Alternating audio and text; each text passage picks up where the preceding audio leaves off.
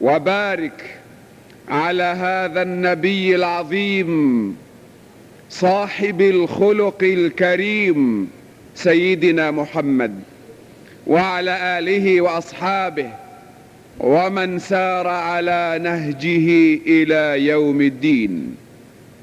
أوصيكم عباد الله بتقوى الله، وأحثكم على طاعة الله، وأنهاكم عن معصيته. أما بعد، أيها الإخوة، ها هو عام هجري آخر قد مضى من عمر الإنسان المحتوم. ها هي صحيفة أيها المسلم قد سودت من كتابك المرقوم. ها أنتم جميعا خلال الأسبوع الذي مضى أسدلتم الستار على فصل آخر من مسرحية الحياة، واليوم أنتم على أبواب عام جديد تتأملون السطور الأولى في صفحة جديدة، تزيحون بأيديكم المرتعشة الستار عن فصل آخر من مسرحية الدنيا التي يمثلها الإنسان على خشبة الحياة. ولا أدري ماذا يكون شأنكم مع الله في هذا الفصل الجديد، بل لا أدري أي دور سيسند إلي أو إليكم في الفصل الجديد. ولو تأملتم بين جنبات مسجدكم، لو تأملتم في أزقة أحيائكم، لو تأملتم في حجرات مساكنكم، لعلمتم أنه في مثل هذا اليوم من العام الذي مضى كان معكم أناس في هذا المسجد يصلون، كان إلى جانبكم أحبة في البيت يقيمون، كان إلى جواركم في الحي أعزة معكم يسكنون، كان هناك إخوة لكم في الأرض يحرثون، في المصنع يعملون، إلى جانبكم في السوق يتاجرون. أين هم؟ كانت لهم آمال كآمالكم، وأحلام كأحلامكم، وأطماع ربما تفوق أطماعكم، لكن وقف القضاء حاجزا بينهم، حال القدر بينهم وبين ما يشتهون، فاجأهم الموت، واليوم هم رهن أعمالهم تحت التراب ينتظرون البعث والحساب. إذا كان الأمر كذلك فليس بعيدا أن تجدوا في مثل هذا اليوم من العام القادم من تغتاله يد المني وتفتك به ريب المنون، فلستم بأعظم من أولئك الرجال، لستم بأكثر منهم مالا ولا ثروة، ولا أرفع منهم جاها ولا منصبا، بل حتى لو كنتم كذلك فالموت لا يعرف، يتنكر لكل شيء. عجلة الحياة كبيرة تدحلكم جميعا بكل أموالكم، بكل ثرواتكم، تدوس على كل عروشكم، تكسرها. إن شواهد العظة والادكار والعبر مثلة أمام أعينكم. راجعوا حساباتكم، سلوا التاريخ، ماذا فعل الآباء والأجداد؟ لقد عمروا الدنيا، شيدوا فيها قصورهم، أقاموا فيها دعائم سلطانهم، وفاجأهم الموت وأطبق عليهم التراب، وتلك قصورهم خالية، وتلك بيوتهم خاوية مهجورة، لم يبق عليها دليل إلا آثارها، وتلك آبارهم معطلة. إذن ما أحوجنا أن نقف لحظات لنتأمل في هذه الحياة، في حقيقتنا. من أنت أيها الإنسان؟ أنت لست إلا مسافر وعابر سبيل، وزمنك هو مجرد سفينة تقطع عليها لجة الحياة حتى تصل إلى شاطئ الموت، لتواصل بعد ذلك رحلة القبر والآخرة.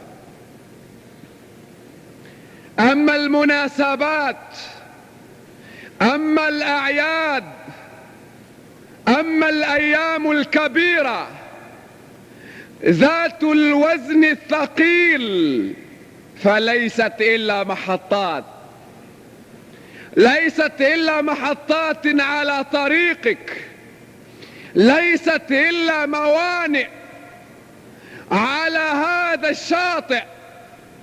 لا أقول إنها موانئ استجمام أو محطات راحة، فلا راحة في الدنيا، إنما هي موانئ عمل، محطات محاسبة، محطات تقويم، محطات تصحيح، محطات مراجعة للحسابات، وتزود من الوقود من أجل مرحلة جديدة من الحياة. واليوم نحن في ساحة مناسبة رأس السنة الهجرية، وعلى مقربة منها، ولن أتحدث عنها ولا عن الهجرة ولا عن عظمتها وأبعادها ونتائجها، فعسى الله أن يمكننا من ذلك فيما بعد. إنما أقول إن مناسبة عيد رأس السنة الهجرية حين تأتي، حين تمر بنا، تذكرنا أن أياما مرت، تنبهنا أن شهورا انصرمت، أن عجلة الزمن طوت عاما كاملا اقتطعته من أعمارنا وقربت به آجالنا. ألا يجب علينا حينئذ أن نقف لحظات على مفترق طرق، بين الزمن الماضي والزمن المستقبل، نتأمل فيهما. ما هي النتائج التي حصلناها من سنة كاملة من عمرنا؟ ما هي الثمار التي قطفناها نتيجة سنة ضيعناها من حياتنا؟ ما هو البديل لهذا العمر الذي فني؟ ما هو المقابل لهذه الحياة التي ولت ولن تعود؟ نفني الزمن مقابل ماذا؟ ما هو البديل الذي استلمناه؟ لقد تعودنا في حياتنا التجارية، في حياتنا المادية، ألا ننفق ليرة واحدة إلا وفق حسابات معينة ودقيقة، ومقابل أرباح ظاهرة ومضمونة. فأي ربح اكتسبته من عمر مضى من عمرك، من سنة كاملة مضى من عمرك؟ ما هي الثمار؟ أقول هذا الكلام وملايين المسلمين اليوم يعودون إلى حياة جديدة، يستقبلون ويدخلون عاما هجريا جديدا. أستغل هذه المناسبة لأهمس في آذانهم هذه الخاطرة، عسى أن يتعلقوا من خلالها بدينهم، ويروا أن دينهم هو الأنجع والأنجح في تأمين بديل الزمن. ما هو البديل؟ ما هو بديل الزمن في الإسلام؟ ما هي الثمار التي يأمرنا الإسلام أن نقتطفها حين نفني ساعة من عمرنا؟ البديل هو العبودية لله عز وجل. خلقك الله وخلق زمنك ليكون هذا الزمن عملة صعبة بين يديك، وأمرك أن تنفق من هذه العملة لتشتري بها عبودية لله عز وجل. خلقك وخلق زمنك وأمرك أن تستثمر هذا الزمن من أجل أن تجني عبودية لله. بل ما وجدت أنت ولا وجد غيرك ولا وجد زمنك إلا من أجل أن تحقق لك هذه الغاية. وما خلقت الجن والإنس إلا ليعبدون. يعبدون من؟ يعبدوني، الياء مطوية، أي يعبدوا الله. ولمنفعة من يا رب؟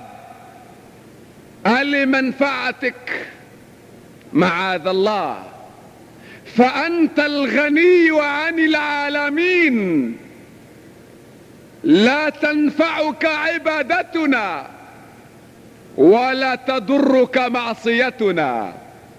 إذا لمنفعة من نعبد الله؟ لمنفعتك أنت أيها الإنسان. فالعبودية ستثمر لك في هذه الدنيا سعادة، طمأنينة، راحة بال، سكون ضمير، سعادة وقرارة قلب، وفي الآخرة فوز ونجاح ونعيم ورضا من الله. إذن منفعة العبودية لك، فحين تستخدم زمنك من أجل العبودية إنما تصرف الزمن لأجلك وفي خدمة ذاتك أنت، وأن ليس للإنسان إلا ما سعى، وأن سعيه سوف يرى ثم يجزاه الجزاء الأوفى. ويقول في الحديث القدسي: يا عبادي إنما هي أعمالكم أحصيها لكم ثم أوفيكم إياها. ليست هي لي، هي لكم ثم أوفيكم إياها، فمن وجد خيرا فليحمد الله، ومن وجد غير ذلك فلا يلومن إلا نفسه. إذن بديل الزمن في الإسلام هو العبودية. وحين أمر الإسلام بالمسابقة، بالمسارعة، بالمنافسة، بالاستعجال، إنما كان كل ذلك من أجل العبودية لله. وسارعوا إلى مغفرة وسابقوا إلى مغفرة وفي ذلك فليتنافس المتنافسون، وعجلت إليك ربي لترضى.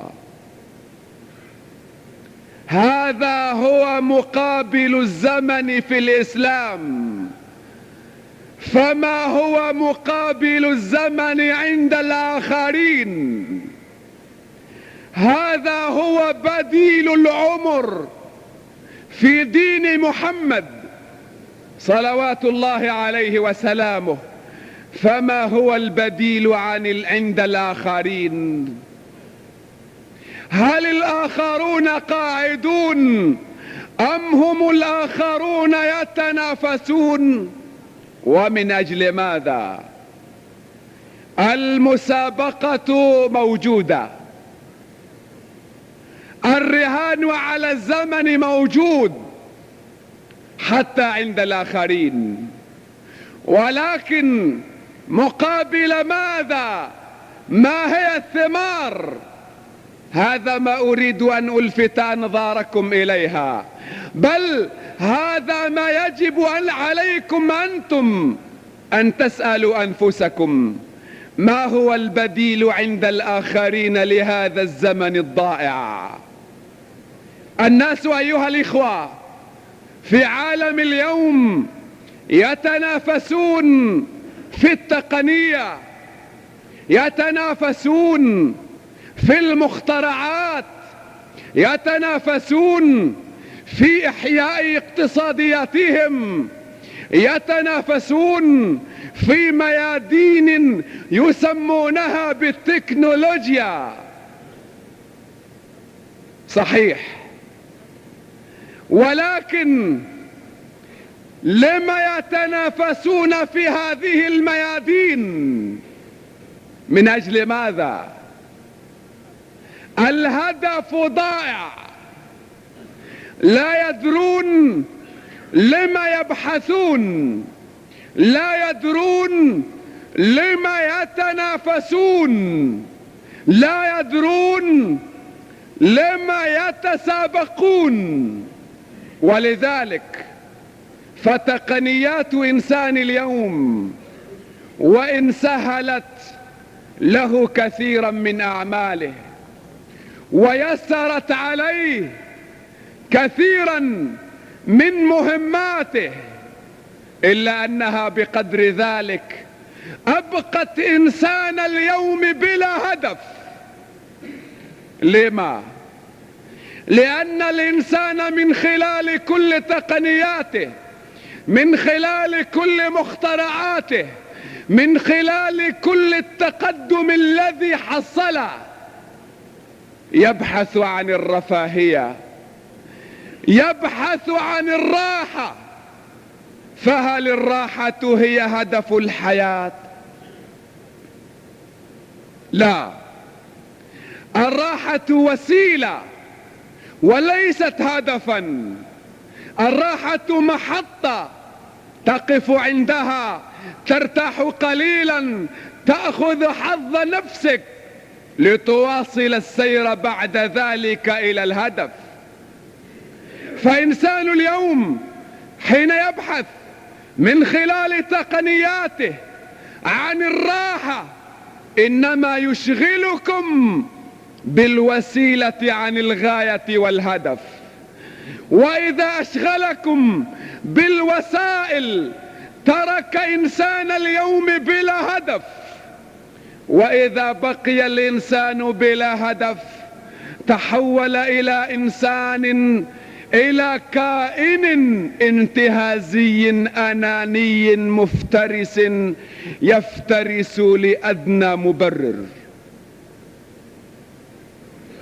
ولذلك لو جئت تبحث في ميادين التقنية ستجد أن كل هذه التقنيات وإن أعطت في فترة من الزمن آثارا طيبة إلا أنك سترى في النهاية آثارا سيئة تترتب على كل هذه المخترعات.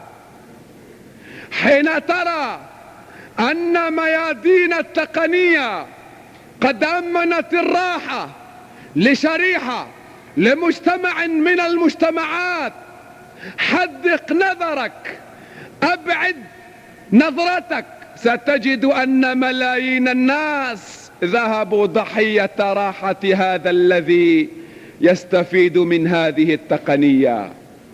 حين تجد مليون رجل يستفيد من سلاح معين تسابق مع الآخر في إنتاجه، حدق نظرك ستجد ملايين البشر قد ذهبوا ضحية هذا السلاح. تأمل هذا الخوف الذي ينتاب العالم بشرقه وغربه من جراء الأسلحة النووية، الذرية، الهيدروجينية، الجرثومية إلى آخرها، لا أدري ماذا يسمونها. تأمل، لما هذا الإنسان خائف؟ ألم يؤمن راحة لجماعة؟ ألم يهيئ وسيلة دفاع لأمة من الأمم؟ لما البشرية خائفة؟ نعم، أمنت لجماعة، ولكن ذهبت آلاف الجماعات ضحية أمان جماعة. استقلت أمة، قرر شعب مصيره، ولكن ذهب مئات الشعوب، مئات الأمم ضحايا استقلالية أمة، ضحايا تحرر شعب. لما؟ لأن إنسان اليوم لا يدري هل يخترع ليرتاح أم يرتاح ليخترع، يعيش ليأكل أم يأكل ليعيش، أم يعيش ويأكل من أجل غاية أسمى من كل ذلك. اليوم لا يستطيع أحد أن يقول إن الشرق والغرب ما تنافسوا، ما استغلوا الزمن، معاذ الله، تنافسوا، تسابقوا، استغلوا الزمن، لم يضيعوا لحظة، ولكن ما أوصلوا الإنسانية إلا إلى الدمار، إلا إلى الخوف والذعر وارتعاد الفرائص. الشرق بعد 70 سنة من مصارعة الزمن أعلنوا فشلهم. لما؟ هل كانوا متقاعسين؟ هل كانوا كسالى؟ هل ما استغلوا أزمنتهم؟ فعلوا كل ذلك، لكن لما فشلوا إذن؟ لأنهم ما عثروا على بديل للزمن، ما وضعوا أيديهم على هدف حقيقي يطمئن الإنسان. الغرب رغم أنه أوصل شعوبه إلى تقدم، إلى رقي، إلى رفاهية، إلى راحة، ما الذي اكتسب؟ ما اكتسب إلا جرائم، ما اكتسب إلا اغتصاب، ما اكتسب إلا كحولا ومخدرات وسرطانات وإيدز. أنتم تعلمون نتائج وعيوب حضاراتهم. لما؟ هل كانوا كسالى لا يتحركون؟ هل كانوا متقاعسين لا يتسابقون؟ فعلوا كل ذلك، لكنهم فشلوا لأنهم ما استطاعوا أن يقولوا للإنسان هذا هو هدفك من الحياة. ضيعوه بين حياة وبين وسائل الحياة. ضاعت مبادئه، ضاعت قيمه، ضاعت أخلاقياته، ضاعت سلوكياته. تحول إنسان اليوم إلى آلة، تجرد عن العواطف، أصبح أشبه ما يكون بالإنسان الآلي، الروبوت كما يسمونه. لما؟ لأنه ما عرف بديل الزمن. إذن الإسلام طمأن الإنسان لأنه عثر على بديل الزمن. قال له أنت أيها الإنسان إن مت ستموت سعيدا، ستلقى غدا الأحبة محمدا وصحبه. وإن عشت في هذه الحياة ستعيش من أجل أن تستخدم زمنك من أجل أشياء تنفعك، أشياء تكسبك رضا الله. أما الآخرون فما عثروا على بديل الزمن، ولذلك عاش إنسانهم قلقا ومات قلقا. مات قلقا لأنه ما وصل إلى نهاية الحياة، ومات قلقا لأنه لا يؤمن بنتائج بعد موته، وإن آمن ليست بتلك القوة حتى تدفعه إلى سلوك السبل الموصلة إليها.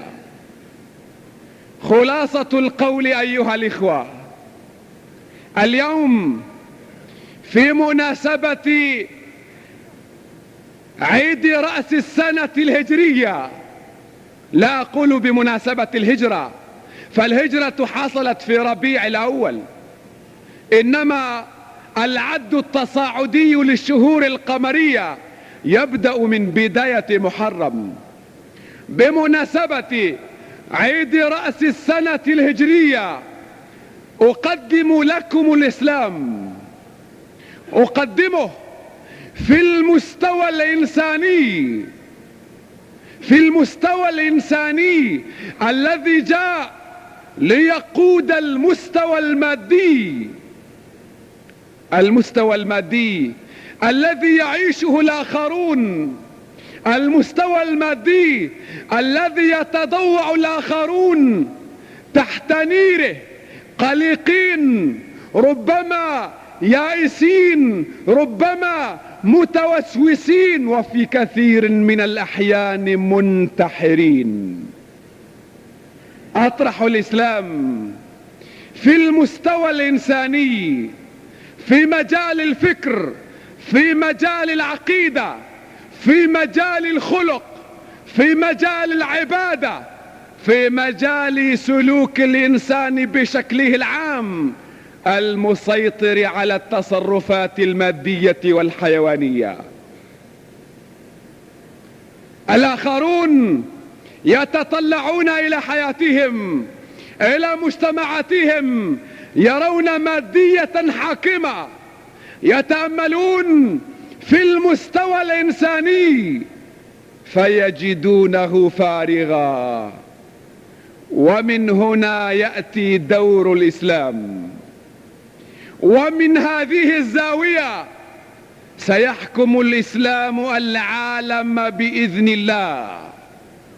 ولكن لن تحكم حقيقة إلا برجالتها، ولن تقود فكرة شعوبا إلا بحملتها.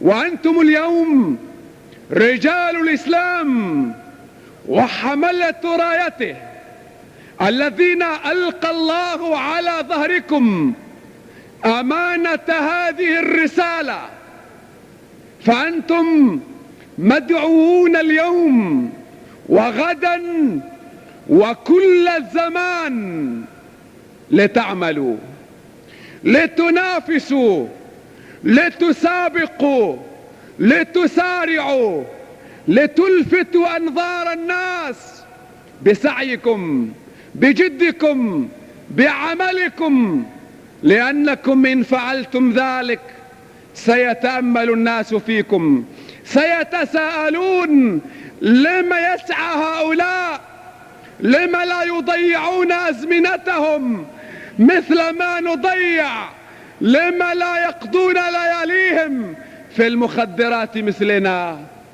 في حانات الخمر مثلنا، تحت أقدام الغانيات مثلنا. لما هؤلاء المسلمون جادون؟ سيتساءلون ويقولون إن هؤلاء ما تركوا زخارف الدنيا وما ذهبوا إلى العمل وإلى الجد وإلى المسابقة إلا من أجل هدف آخر. حينئذ سيبحث الناس عن هدفكم، وحتى يبحث الناس عن هدفكم أدعوكم لتعملوا، لتجدوا، ثم تقول لهم: ها نحن نسعى إلى عبودية لله عز وجل. حينئذ ستأخذ العبودية مكانها في القلوب، في العقول، وتترشح بعد ذلك إلى القلوب. أما إذا تكاسلتم وتقاعستم واعتكفتم في صوامعكم ثم قلتم للناس: نحن نعبد الله، نحن نبحث عن العبودية لله، حينئذ سيحتقركم الناس وينظرون إلى شعاركم هذا على أنه من جملة شعاراتكم الفارغة التي اعتدتم أن تتستروا وراءها كلما تكاسلتم. سينظرون إلى كلمتكم هذه على أنها كلمة جوفاء. أيها الإخوة، إن الزمن يمضي سريعا، وبين الحين والآخر تحتفلون بسنة جديدة. بساط الزمن يجر من تحت أقدامكم شبرا شبرا، فهيا إلى العمل، هيا لنستغل الزمن من أجل أن ننتج عبودية لله عز وجل. ليس لنا وقت نضيعه في رؤية ما يعود علينا بالضرر، ليس لنا وقت نملئه بحاجات فارغة، ليس لنا وقت يحدث فيه المسلم أخاه عن أمور لا تعنيه، ليس لنا وقت نضيعه في المعصية، نهدره في الشهوة، نميته في الغفلة. أنتم بحاجة إلى عمل، إلى العمل الذي يعمق العبودية في قلوبكم ويظهرها على جوارحكم. أنتم بحاجة إلى العمل الذي يعمق شريعة رسول الله في أذهانكم. أنتم بحاجة إلى العمل الذي يجعل سنة رسول الله قائدكم في كل دروب حياتكم. أنتم بحاجة إلى العمل الذي يزرع ويسقي حب رسول الله في قلوبكم وبين جوانحكم. أقول قولي هذا وأستغفر الله.